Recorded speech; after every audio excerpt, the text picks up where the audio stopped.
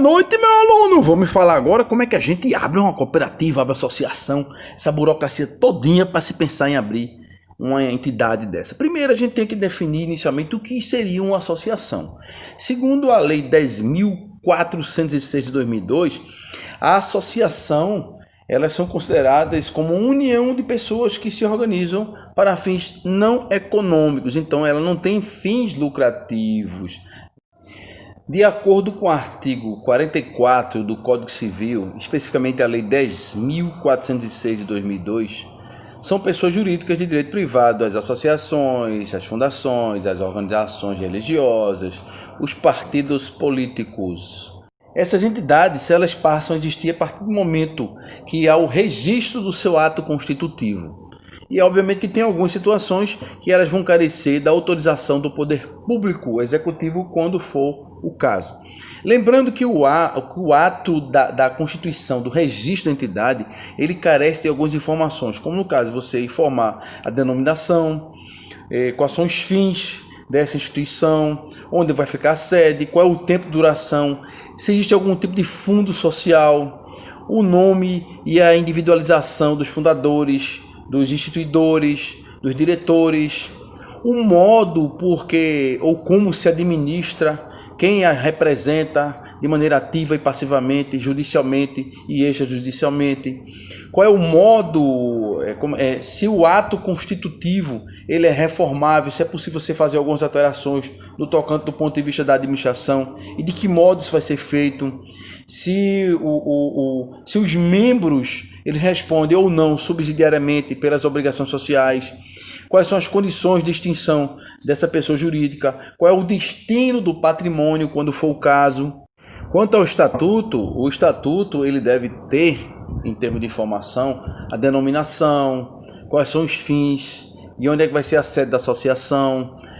quais são os requisitos para admissão, demissão e exclusão dos associados, quais são os direitos e deveres de cada associado, quais são as fontes de recursos para a sua manutenção. A gente sabe que na hora que você abre uma instituição dessa, ela precisa se manter. E de onde é que vão vir os recursos? Para que ela se mantenha, pagar água, luz, telefone, pagar algum tipo de despesa com combustível ou outro tipo de gasto que porventura venha acontecer no decorrer da efetivação da concretização das suas atividades, qual é o modo de constituição e o funcionamento dos órgãos deliberativos, quais são as condições para a alteração das disposições estatutárias e para a dissolução, quais são as formas de gestão administrativa e da aprovação das respectivas contas. A gente tem que levar em conta aqui como é que fica a situação do direito dos associados. Os associados, inicialmente, eles devem ter todos os direitos iguais, mas o estatuto ele pode destacar inicialmente se vai existir algum tipo de categoria específica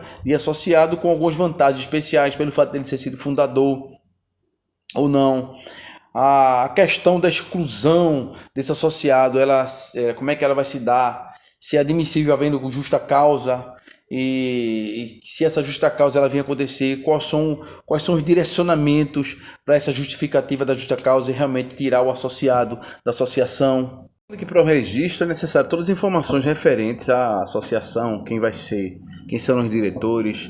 todas as informações pertinentes a esse tipo de associação. Deve também constar na hora do ato do registro a questão da ata de fundação, a relação dos componentes da diretoria com toda a documentação com relação a RG, endereço, com a profissão, CPF e outras informações a mais. Lembrando que toda e qualquer alteração que vier a ocorrer no decorrer da vida dessa associação, ela deve ser registrada. Então, qualquer alteração, mudou a diretoria, obviamente que a ata e as alterações de estatuto, elas devem ser registradas para que o poder público tenha acesso a essas informações quando houver a fiscalização. E ela, obviamente,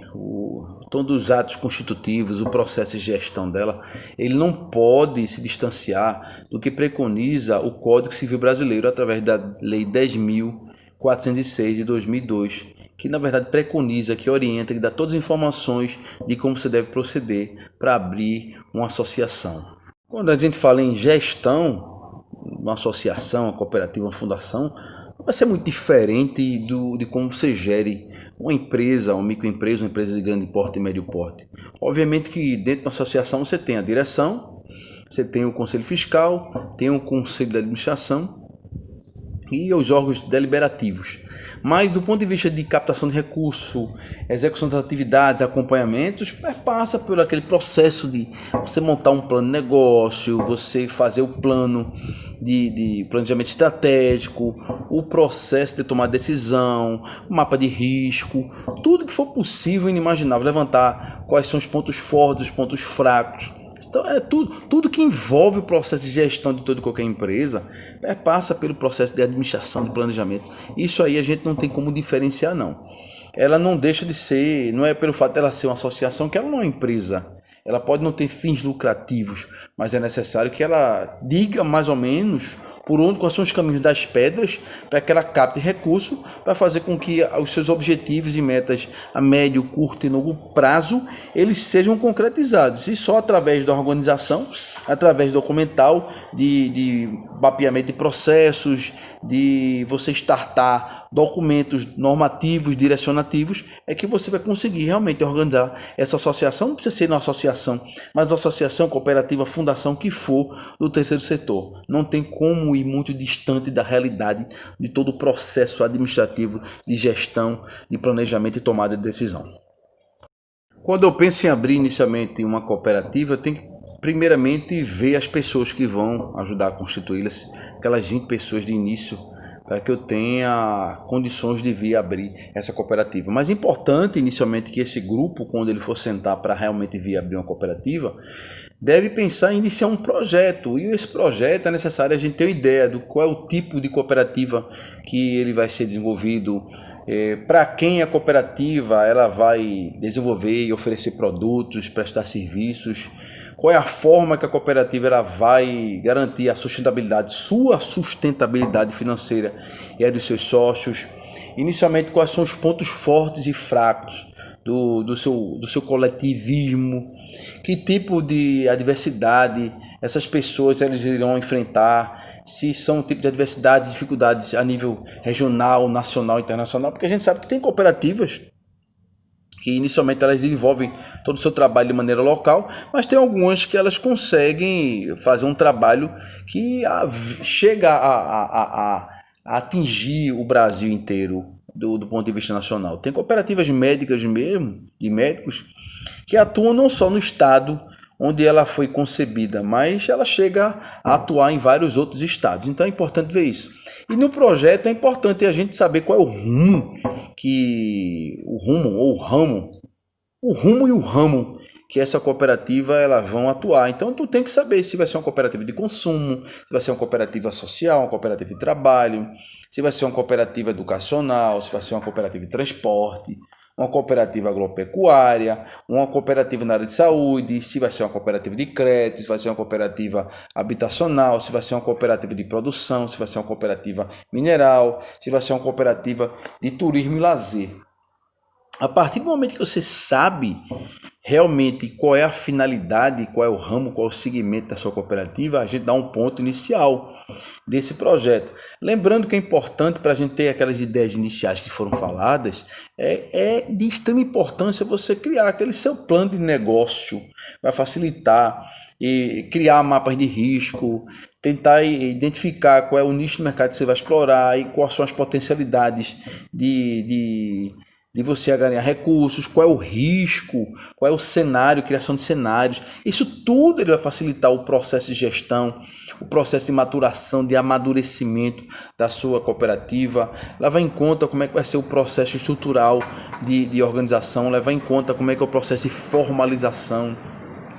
da denominação, qual é a área de atuação, onde é que vai ser a sede, quais são os direitos e deveres, as responsabilidades e quais são as condições de admissão e demissão dos seus membros, dos seus cooperados, como é que vai se dar o modo de administração e de fiscalização, qual é o capital mínimo para integralização das atividades, que será inicialmente qual é o capital mínimo que será trabalhado, quais são as regras para a convocação e o funcionamento das Assembleias Gerais, como é que é o processo de dissolução voluntária da sociedade, e como é que vai ser, como vai funcionar isso tudo dentro do estatuto, qual é o capital social, como é que é o processo de fundação, como é que vai ser a reunião, a verificação dos trabalhos, como é que vai se dar a proposta do estatuto. É importante essa discussão inicialmente à luz de toda a legislação que é necessária para que a gente consiga formar essa cooperativa. Como é que vão ser geridos os fundos que serão captados, se o que vai ser captado inicialmente ele vai ser rateado no final do exercício entre os cooperados, se vai ser investido em educação, se vai ser investido na sede. Do ponto de vista de abertura, a gente leva em conta que a gente tem que passar por aqueles jogos. Então, na junta comercial do estado de Pernambuco, você vai ter que inicialmente levar qual é a relação da nominal dos seus membros, a cópia do RG, do CPF de todos eles, do caso do presidente, qual inicialmente os documentos como a cópia do comprovante de residência do presidente, o comprovante, a cópia da comprovação de onde vai ser a sede de funcionamento. Tem que levar inicialmente 4 vias da Assembleia Geral de Constituição e também o Estatuto, e ele deve estar com todos rubricados, com todas as rúbricas nas folhas pelos associados fundadores, e finalmente na última página de cá é preciso ter o visto do advogado. Então é importante que o advogado ele se faça presente no ato constitutivo, e nenhum advogado em sã consciência vai assinar um documento do qual ele não fez parte, que ele não acompanhou, que ele não orientou. Então é importante, porque o operador do direito, que é o advogado, é aquele cara que tem um notório conhecimento, que conhece a lei 5764, conhece o Código Civil e detém conhecimento notório para ajudar aos cooperados a realmente consolidar a abertura dessa cooperativa. Na Receita Federal é importante que se leve o comprovante de residência e a cópia do RG e CPF de todos os diretores, a ficha cadastral e a ficha complementar para a geração do CNPJ e a lista dos associados. É óbvio que o assunto não se esgota, até porque a abertura de uma associação, seja de uma fundação, seja de uma cooperativa, ele carece de notório conhecimento do operador do direito. Até porque é importante que as pessoas, mesmo que não tenham formação em direito, mas elas se apropriem da Lei 5764, da Lei das Associações, das Fundações, porque é importante você conhecer a legislação para você não cometer nenhum tipo de erro, não cometer nenhum equívoco na hora que você vai gerir ela, não ferir a legislação,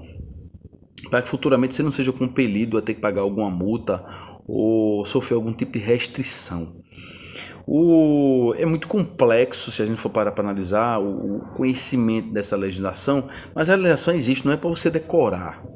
A legislação existe para nortear a sua ação, para pautar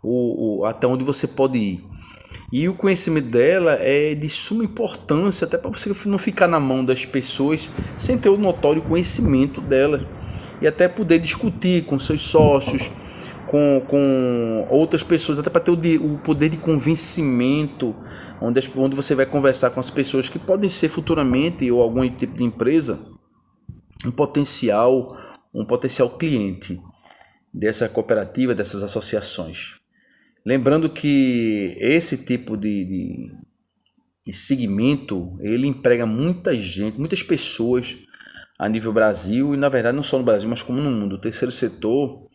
ele tem uma representatividade muito grande. E por isso que é importante a gente ter conhecimento, pelo menos o conhecimento básico que eu estou passando aqui, de como você pensar em abrir uma associação ou uma cooperativa. Lembrando que a partir do momento que você abre, não acabou, não esgotou. Tem alguns documentos que são necessários que você deposite em alguns órgãos, porque muitos dos atos que ocorrem dentro dessas associações e cooperativas, eles são passíveis de fiscalização. Então imagina que tu mudar a diretoria de uma cooperativa ou a diretoria de uma associação, de uma fundação, e você não registrar isso ou no cartório ou na junta comercial do estado de Pernambuco. E se acontecer algum problema sério, quem é o responsável por isso? Se bem que tudo com relação à responsabilidade dos sócios e da diretoria vai constar no estatuto. Então, inicialmente, a nossa aulinha de hoje. Vamos seguir.